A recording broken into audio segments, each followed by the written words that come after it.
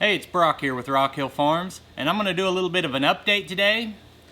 Last week, my truck broke down. It is a brand new 2022 diesel truck. Paid $83,000 for it, and transmission went out.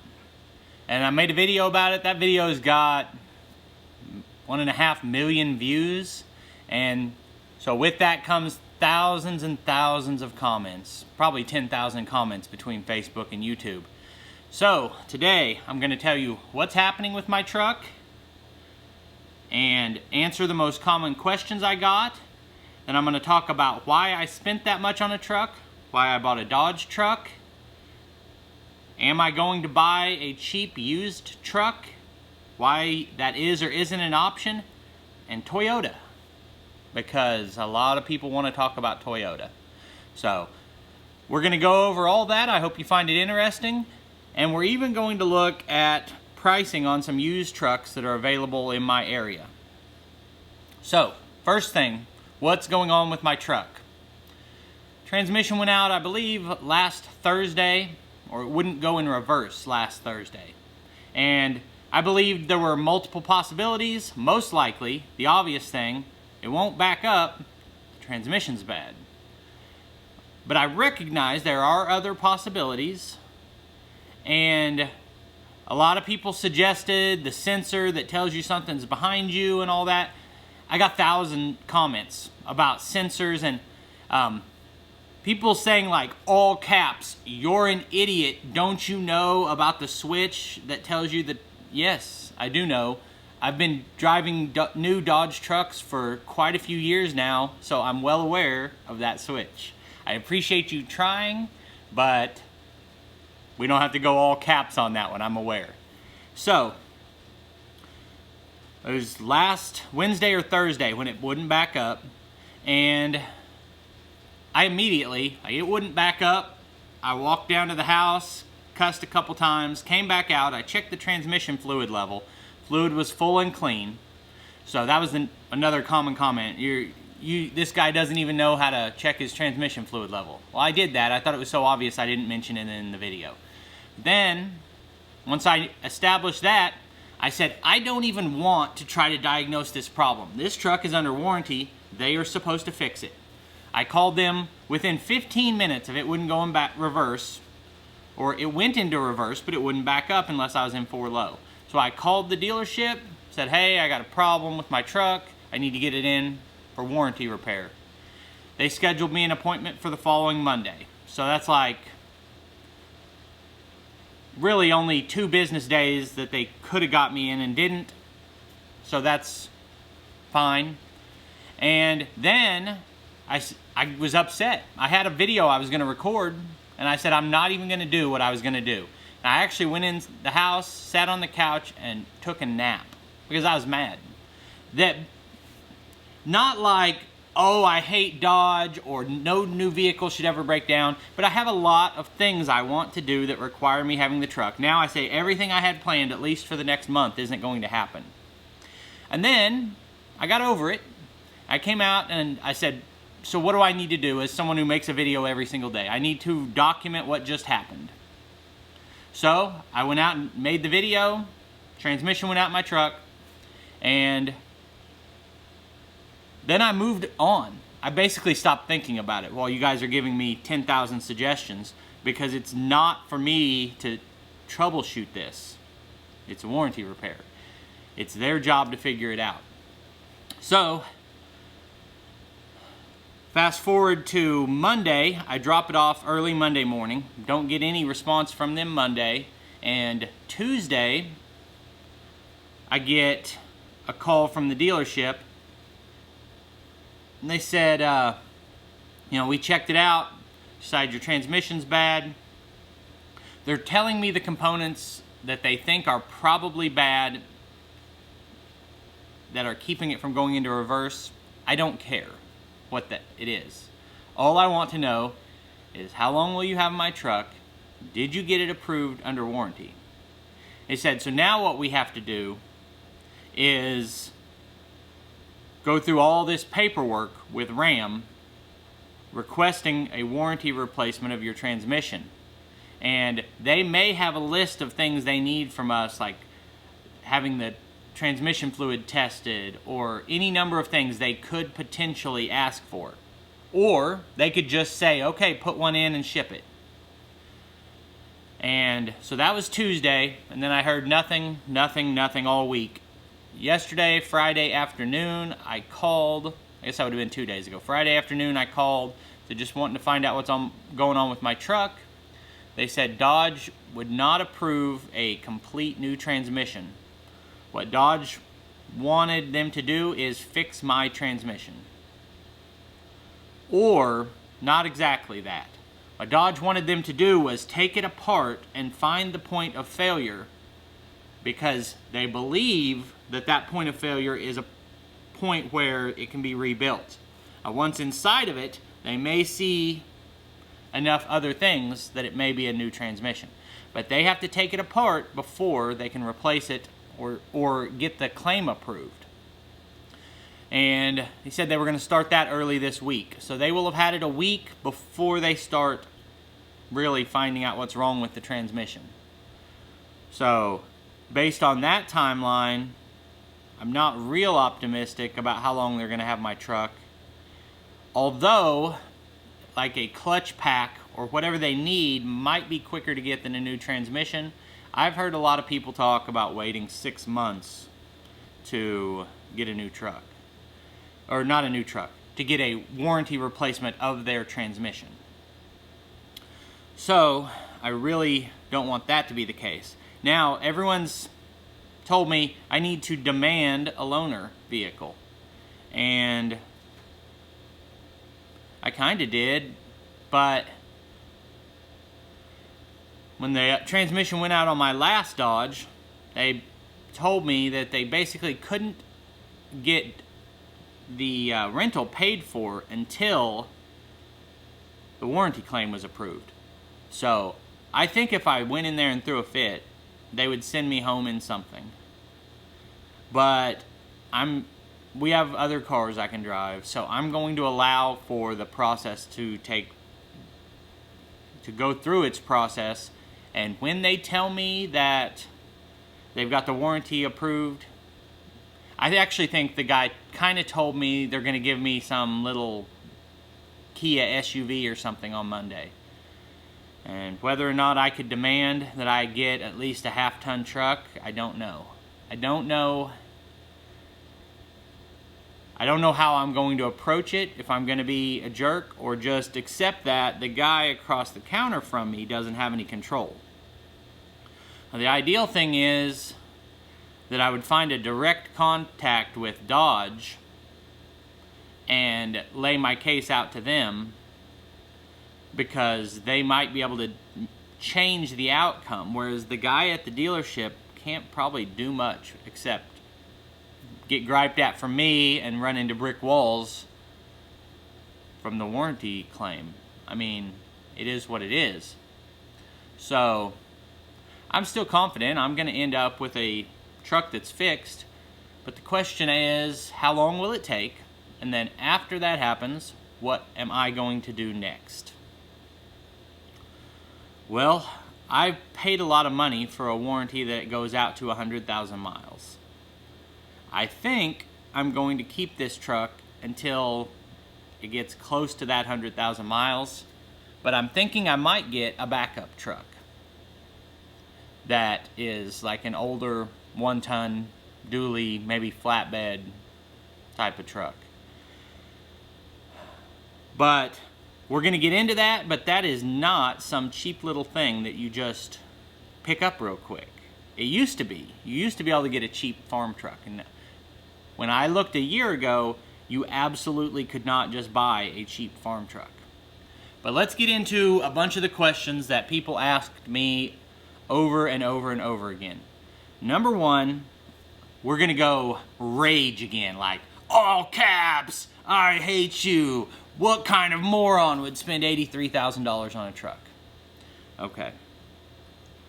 I'm not going to make the case that I should have spent $83,000 on a truck, but I am going to explain to you why I spent $83,000 on a truck. So, number one, I operate multiple businesses that require me to haul things with a truck. The trailers I have are set up for heavy hauling. I haul 14,000 pounds on a regular basis. I haul 8,000 pounds on a regular basis. I don't feel like I have any option at all to get a half-ton truck. I have to have at least a 3/4 ton truck. I quickly found out I should have got a 1-ton dually, and that was my mistake. It was a mistake of ignorance, not knowing what I should have done, because I didn't understand that there wasn't that big a price difference and what the exact benefits of going with the 1-ton over the 3/4 ton are. And here's a hint if you don't know, there are less benefits than you think, because most of the components on those two trucks are the same. But I still believe the right thing for me to do would have been to get the 1-ton. Now, why did I spend so much? So, I had a $60,000 half-ton truck, $65,000 limited, fully decked out, and the transmission went out. And so we had that because that is our primary vehicle that we take all our family trips in, and when I bought it, I wasn't really hauling. I was hauling some, but I was never going over about 8,000 to 10,000 pounds. I only had the tractor, and I only hauled my bundles of plywood. And that was a luxury purchase that I kind of regretted spending so much, but man, did I like that truck. So I kind of convinced myself after buying that truck that my next truck should be more of a base model. And let's first talk about why I bought a Ram truck. So everyone's just spewing hate about Ram. Meanwhile, I have people in the commenting say that they bought a Ford F-150 or F-250, F-350, and it's been in the shop more than their house since they bought it. Do I believe that Ram may have more problems than the other manufacturers? I would say yes. I have now decided that, and it's only because of the transmission. So Ram made the Motor Trend Truck of the Year. They're #1 in initial quality. My truck, I believe, is the nicest truck on the market. It has tons of power, a ton of great features, but it's too fancy and not enough focus on just making a bulletproof work truck. I think that they need to spend a lot more focus on transmissions, and there are better transmissions out there. They should just put one of those in it. So I liked the Ram the most, but I had concerns because I had the transmission go out. But for reference, I'm 42. I bought my first new Dodge truck when I was 18 years old and a factory worker. And then I went a period of time just driving older, really cheap vehicles, anything I could drive because we didn't have any money. Then I bought a used Ram truck, a 2008 that I bought in like 2012.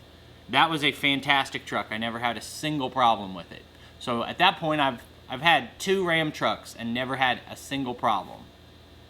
I have no reason to not buy a Ram. So then I bought my 2019 Ram Limited. Transmission goes out at 100,000 miles, and I was maxing absolute to the line what the rated capacity on that truck was. I wasn't pulling more than capacity, but I was routinely maxing out the capacity. And I thought, if the only reason that happened on my 3rd Ram truck was because I was pushing it too hard, I'll just get a heavier built Ram truck. Okay, so that's kind of where I was, thinking I took some of the blame for the first transmission. And I never have taken this truck near its capacity. But I read all the comments when my first transmission came out. It said the comments seem to say that Ford makes the best truck. And a smaller percentage said Chevy. So I go to a Chevy dealership first. Okay, so we'll go through the whole timeline. I went to the Dodge dealership. There were no 3/4 tons on their lot. None. I go to a Chevy dealership. there are no 3/4 ton trucks or 1 tons, or there were no 350s, 450s, nothing. Nothing bigger than a half ton, and there were only a couple of half tons. So I go over to Chevy, and I said, all right, I want a 3/4 ton truck. You know, when can I get one? They said, it's going to be quite a while. You know, it could take months, or we have no idea how long it could take. We can see when there are some scheduled in the future, and you can reserve one of those, and it might be a month from now. You could reserve one and have one in a month, and you'll just have to take whatever features it happens to have, which they could show me a printout of it. And I thought, well, surely somebody has a new 3/4 ton diesel truck. So I drive over to Ford. I pull on the Ford lot, and there are 4 3/4 ton diesel trucks sitting on the lot. I thought, all right, I'm going to be a Ford guy now. First one was an F-250. And as I'm driving up, it said 63,000 on the window, and it was a nice looking truck. I thought, that's my truck. I don't even know anything about it. 63,000 is about what I paid for my half ton. Everyone says Fords are better, let's do this. So I get up there, that truck is 3 years old and has 50,000 miles on it. 50,000 miles for $63,000. It's past its factory warranty and cost that much money. Looked at the other 3 trucks. They were all used. The cheaper one was, the cheapest of those was over 50,000. The most expensive was 70,000, and they all had a lot of miles on them. A couple years old. There was no truck that was even like a year old and 10,000 miles or anything like that. These were a little bit older and still $50,000 to $70,000. Thought, there's no way I'm spending $50,000, $60,000, $70,000 on a used truck. I'm going to buy a new truck. That told me right then. And actually, before any of this, I had the thought process, what I'm going to do is keep my Ram 1500, drive it every day, daily driver, luxury vehicle type thing that I don't need, but I've already got it. So, whatever the criticism or judgment of someone owning a fancy truck is, it's fine. I'll take it. Now, I thought, why don't I just get a 20-year-old 1-ton dually with 200,000 miles on it. Diesels run forever. I could afford to rebuild it if I'm not buying a new truck. Like, I went through the thought process that all of you guys had. And at the end of that, I was shocked. This was a year ago, so at the summer 2021, I was seeing trucks with 200,000 to 300,000 miles on them that were 20 years old going for $20,000, $25,000. These trucks had had the beds taken off, and they had one of those, you know, nice flat beds put on them, but those were rusted out, and the bodies were beat up, and they'd lived a good hard life, and maybe they still had a lot left in them, but I wanted a little bit more dependability than that for $20,000.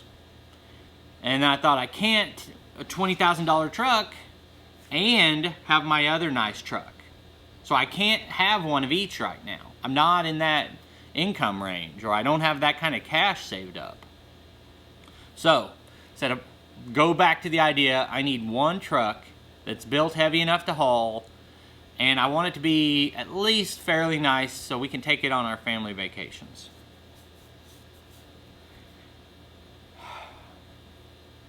So I'm at the Ford dealership. I'm seeing that these used trucks are $60,000. I go up to the salesman. I said, I want to order a brand new F-250. He's like, sure, come on in, we'll get it ordered for you, like all enthusiastic. I said, how long is it going to take? Oh, we don't know. Like, okay, I know you can't give me a date, but like, ballpark. 2 months, 3 months, 4 months, 6 months. He said that they had trucks that had been ordered for a year and still weren't here. Just completely open-ended. It's possible that I had a bad salesman that day. I didn't vet them. I didn't go 3 places. I didn't talked to a manager. The kid who was walked out in his 20s said they had no idea when they could get me a Ford truck. Now, I'm thinking about spending, my mindset at that time was I was going to spend about $70,000. And I've never owned or driven a full-size Ford truck. And I've had 3 Dodges with one problem. And I think to myself, should I? You know, it's not intellectual, it's emotional. There's the one I know and the one I don't. And if I could have test drove one, I might have spent $70,000 in order to Ford and waited however long. But I've never driven one. I can't look at one. I can't test one. They can't tell me when they can get it. I can't do it. So now I don't know what to do. I drive over to the Dodge dealership. Actually, we'd been looking at Dodge dealerships online for the last 2 days while I'm going to these others, and nobody had any Dodges except like 2 hours away there would be a tradesman with no features at all, stripped down model. And I was starting to entertain, maybe I'll get a tradesman.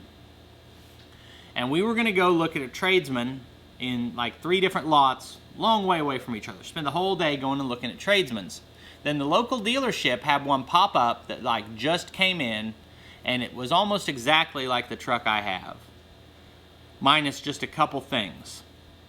And I saw it on there. I called the guy. I said, I don't want to come look at your truck.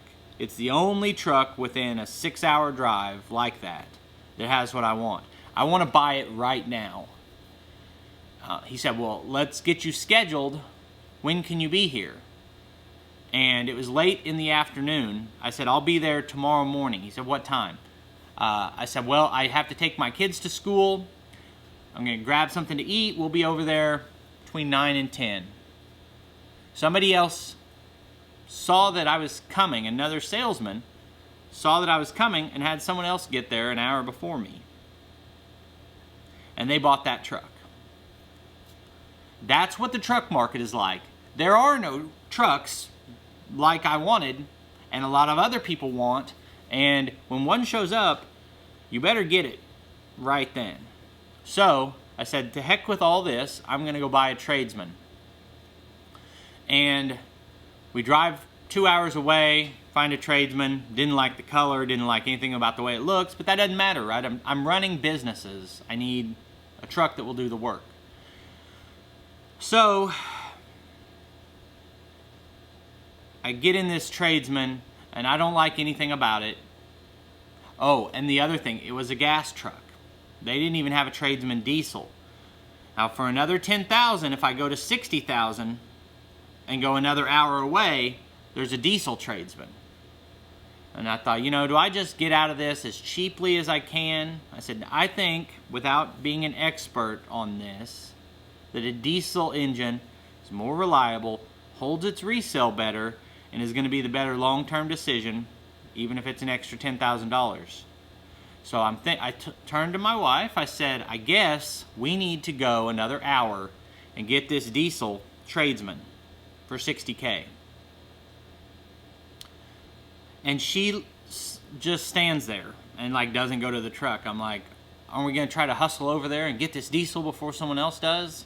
And she looks at me and she says, will you be happy with that truck? I stood there for a minute and said, so the truth is I should be happy with any truck that will do the work, right? That's the noble working class thing to say. But I've been driving a really nice truck that has the heated seats and the reclining seats in the back for the kids and the big touch screen. And not only that, but it's got air ride, which is a safety feature, and makes it easier to pull your max. It's got the mirrors that if you signal that you want to go into that lane and there's someone in your blind spot, it won't let you, or it will signal you that not to go because there's someone in your blind spot. It's actually got a lot of safety and performance upgrades. It's not just fancier, but with those things comes computer technology and the risk for something to go wrong. So I know the pros and cons. I'm weighing it. And I was going to go buy the tradesman, and my wife said, "Will you be happy with that?" No. I said, "But I kind of think it's smart. Let's just go do it." She said, "Why don't you just get the truck you want?" And the salesman at the Dodge dealership had told me they were averaging, I think, 6 to 8 weeks to get the exact truck you want. Go through the whole spec list, get what you want. We left the dealership without the tradesman, and I said, I'm going to go through and not get everything, but get what I feel I need.